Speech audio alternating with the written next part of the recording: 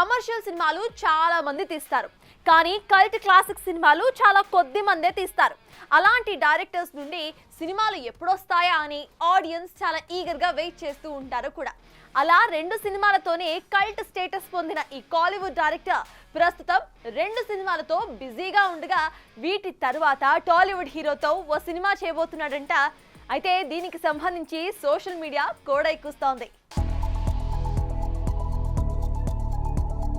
4 పాటలు 3 ఫైట్లు కాసింత కథ అన్ని సమపాళ్లల్లో సెట్ అయ్యాయంటే కమర్షియల్ గా హిట్ కొట్టడం కష్టమేమీ కాదు. కానీ మనస్సుని హత్తుకునే కల్ట్ సినిమాలు తీయాలంటే మాత్రం అంత ఆషామాషీ కాదు. ఏమాత్రం తేడా జరిగినా సినిమా ఎటూ కాకుండా పోతుంది. కానీ మనసుని హత్తుకునే సినిమాలు నాకు కొట్టిన పిండి అంటూ 2 క్రేజీ క్లాసిక్స్ ని అందించాడు డైరెక్టర్ సి ప్రేమ్ కుమార్. చాలా కాలంగా సినిమాటోగ్రఫర్ గా చేసిన ఈ కోలీవుడ్ స్టార్ డైరెక్టర్ మొదటిసారి 2018లో మెగాఫోన్ పట్టి చేసిన సినిమా 96. విజయ్ సేతుపతి, త్రిష కాంబోలో వచ్చిన ఈ సెన్సిబుల్ సినిమా ఎంతటి కల్ట్ స్టేటస్ పొందిందో చెప్పనక్కర్లేదు. ఆ సమయంలో మూసగా పరిగెత్తుతున్న కోలీవుడ్ బాక్సాఫీస్ ని తనదైన స్టైల్లో షేక్ చేసిన సినిమా ఇది.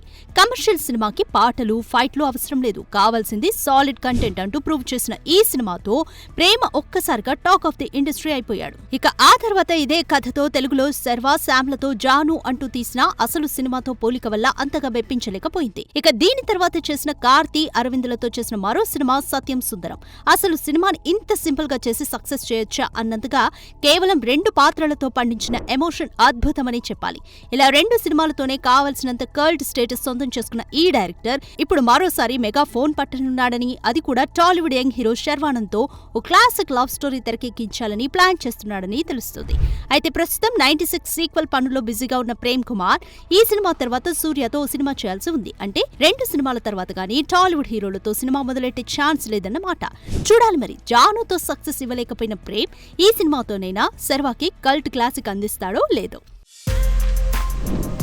For more videos like this, subscribe Big TV channel.